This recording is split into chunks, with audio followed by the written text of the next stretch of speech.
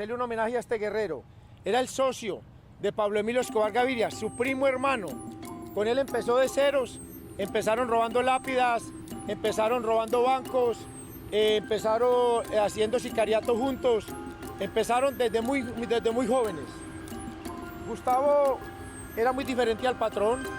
Gustavo Gaviria era un hombre más clasudo, era un hombre que le gustaban las cosas finas, los relojes bien finos, muy elegantes, los vinos, sus casas eran de mucho más lujo que el patrón. Era un hombre que era muy inteligente con los números, no era tan rápido con la pistola. En la historia del cartel de Medellín hay un nombre que casi nunca aparece en grande. No porque fuera pequeño, sino porque era demasiado poderoso para hacer ruido. Era el financista, el que debía, el que no debía, todo exactamente todo lo que Gustavo. Pablo no manejaba, Pablo decía cuánto me toca y Gustavo decía le toca esto y acabó. Mientras el mundo miraba a Pablo Escobar, alguien más contaba el dinero, calculaba las muertes y decidía qué rutas seguían vivas. Gustavo Gaviria era muchísimo más rico que el patrón, era un hombre supremamente millonario. Invertía sus cosas en diamantes, era muy duro para comprar diamantes, los compraba por bolsadas, en obras de arte, propiedades muy buenas en Medellín, invertía su dinero en Suiza, mantenía muchísimo dinero en Suiza y en bancos internacionales. Era un empresario de la cocaína. Su nombre era Gustavo Gaviria. Y para muchos dentro del cartel, él fue el verdadero cerebro financiero del imperio. Capítulo 1. El primo que no quería ser rey. Gustavo no buscaba cámaras. No daba discursos. No necesitaba respeto, lo imponía. Era el primo de Pablo, sí, pero dentro del cartel, la sangre valía menos que la eficiencia. Testimonios coinciden en algo inquietante: cuando Gustavo hablaba, Pablo escuchaba. No porque le tuviera miedo, sino porque Gustavo entendía lo que Pablo no, sin dinero limpio, sin rutas seguras, sin contabilidad del crimen. Y tenía una cosa con el cabello, él era calvo, y para esa época era muy novedoso que en Medellín empezaban a venir a implantar cabello. Y le implantaban cabellito por cabellito, y se le veía muchísimo más feo. El contador del infierno.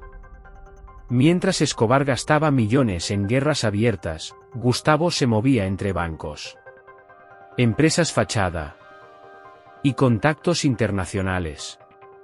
Era el hombre que sabía cuánto costaba una bomba, pero también cuánto dejaba una tonelada. Ex sicarios, socios y voces como Popeye lo dejaron claro en entrevistas y libros.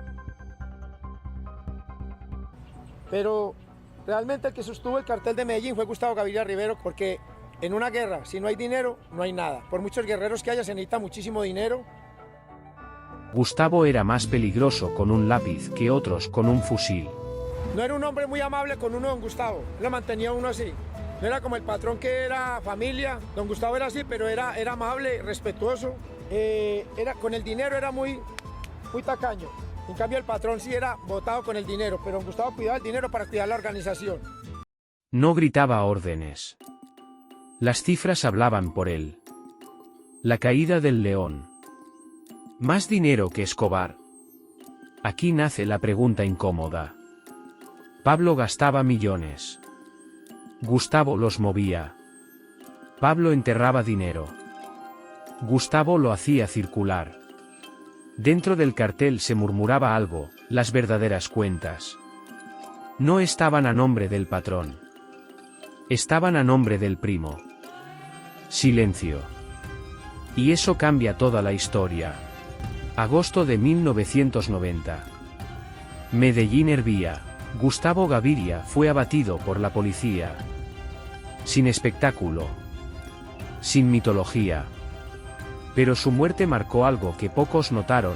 A partir de ese día, el cartel de Medellín comenzó a cometer errores fatales. El equilibrio desapareció. Las traiciones aumentaron. El dinero dejó de fluir como antes. Mataron al hombre que sostenía el andamiaje. El vacío que nadie llenó. Pablo siguió peleando. Pero ya no era lo mismo. Porque el mito puede inspirar miedo, pero el dinero sostiene guerras. Y Gustavo Gaviria fue el hombre que sostuvo todo. sin nunca querer ser leyenda. Parábola al dinero. Pero realmente el que sostuvo el cartel de Medellín fue Gustavo Gaviria Rivero, porque en una guerra, si no hay dinero, no hay nada. Por muchos guerreros que haya, se necesita muchísimo dinero. El patrón lo miraba el cartel de Medellín como un grupo de bandidos y no escatimaban el dinero para nada. Gustavo sí cuidaba muchísimo el dinero.